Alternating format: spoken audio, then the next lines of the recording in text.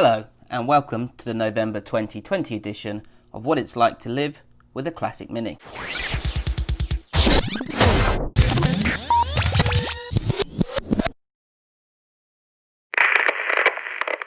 In this series, I go through the realities of what it costs, as well as the jobs I've completed to keep my Classic Mini on the road and in good shape. Let's go. With winter fast approaching in Canada, and because I'd like to use the car as much as I can, I decided to underseal the car with fluid film as much as possible. So to do this, I cleaned as much of the underside of the car as I could to try to remove any loose debris or dirt.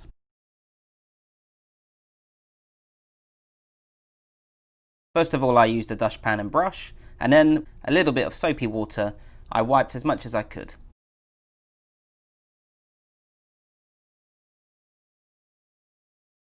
I did plenty of research on what product to use on the underside of the car, and it ultimately ended on fluid film.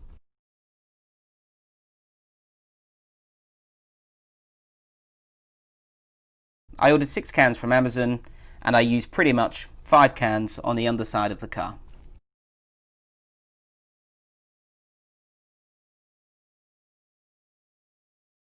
I spent about 2 hours trying to coat as much of the underside of the car as I possibly could.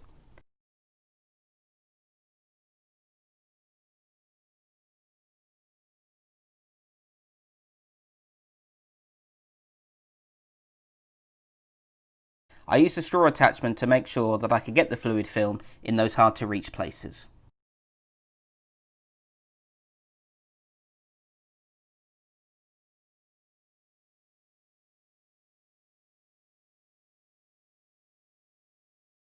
I focused on trying to apply several light coats.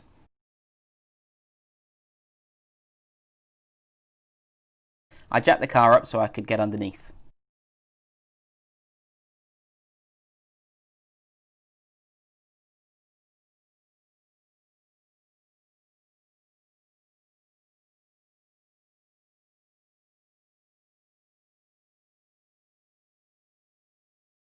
From the research I've done, I know that the spray applied to the wheel wells will ultimately come off. However, over the course of the winter, I will make several applications.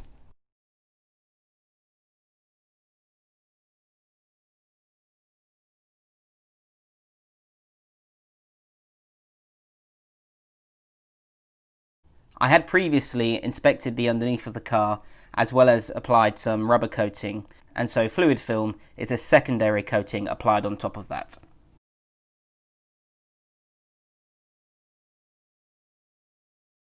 I was happy with the result of the application. It looked like it could get in most places. It looked like the coverage was very good. And I'm hoping it will protect the car when it comes to the salt in winter.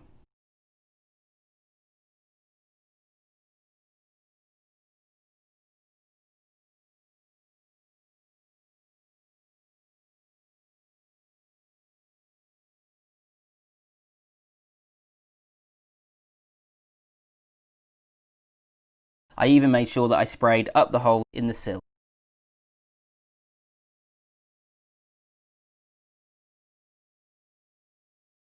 Other small jobs I tackled in November: my front left wing indicator had stopped working, so I removed the bulb and replaced it.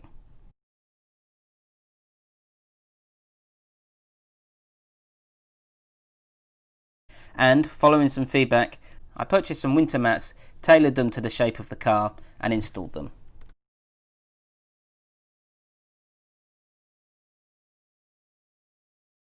So let's look at the numbers. The spend this month was relatively light at only £117 or $189. The spend this month focused on the fluid film for coating the underneath of the car, as well as some cleaning wipes because it is a messy job. Also purchased the winter car mats, as well as some tools, the most important of which being a fire extinguisher to keep in the car.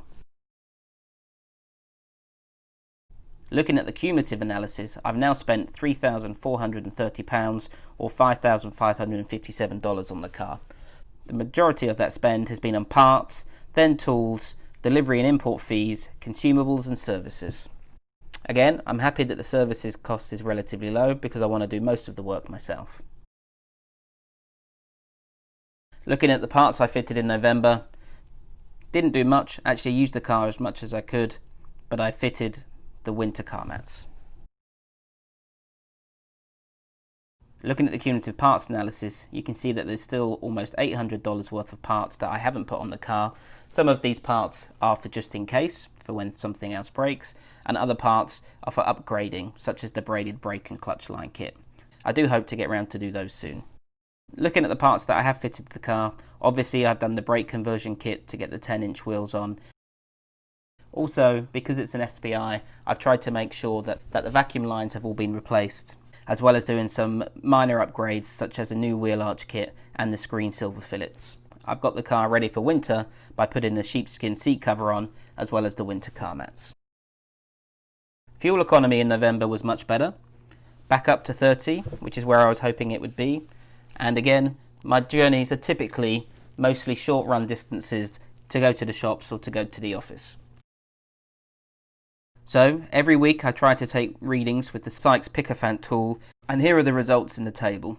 I do this to try to monitor the progress of the car to see if there's anything that looks funny. So in November, one of my runs, the idle switch appeared to be on. The manifold pressure sensor is reading relatively low readings, and you see there an average of 27 to 28. It should be more like 30. The throttle potentiometer is reading at 0.48, and I'm expecting it to be more like 0.52. Lambda's sensor readings have been pretty good, although you can see on one day I did get relatively high voltage readings. I was looking for an excuse to get the car out, and so decided in November to do some tourist trips. So I went to go and see the CN Tower, the Rogers Centre where the Blue Jays play. I went to Nathan Phillips Square to get a photo of the Toronto sign, and whilst I was there, see the old City Hall. Also in November, I met up with some other Ontario Mini owners, and we took a short trip outside of Toronto, enjoying some nice country roads and having a blast. Thanks for watching. The end.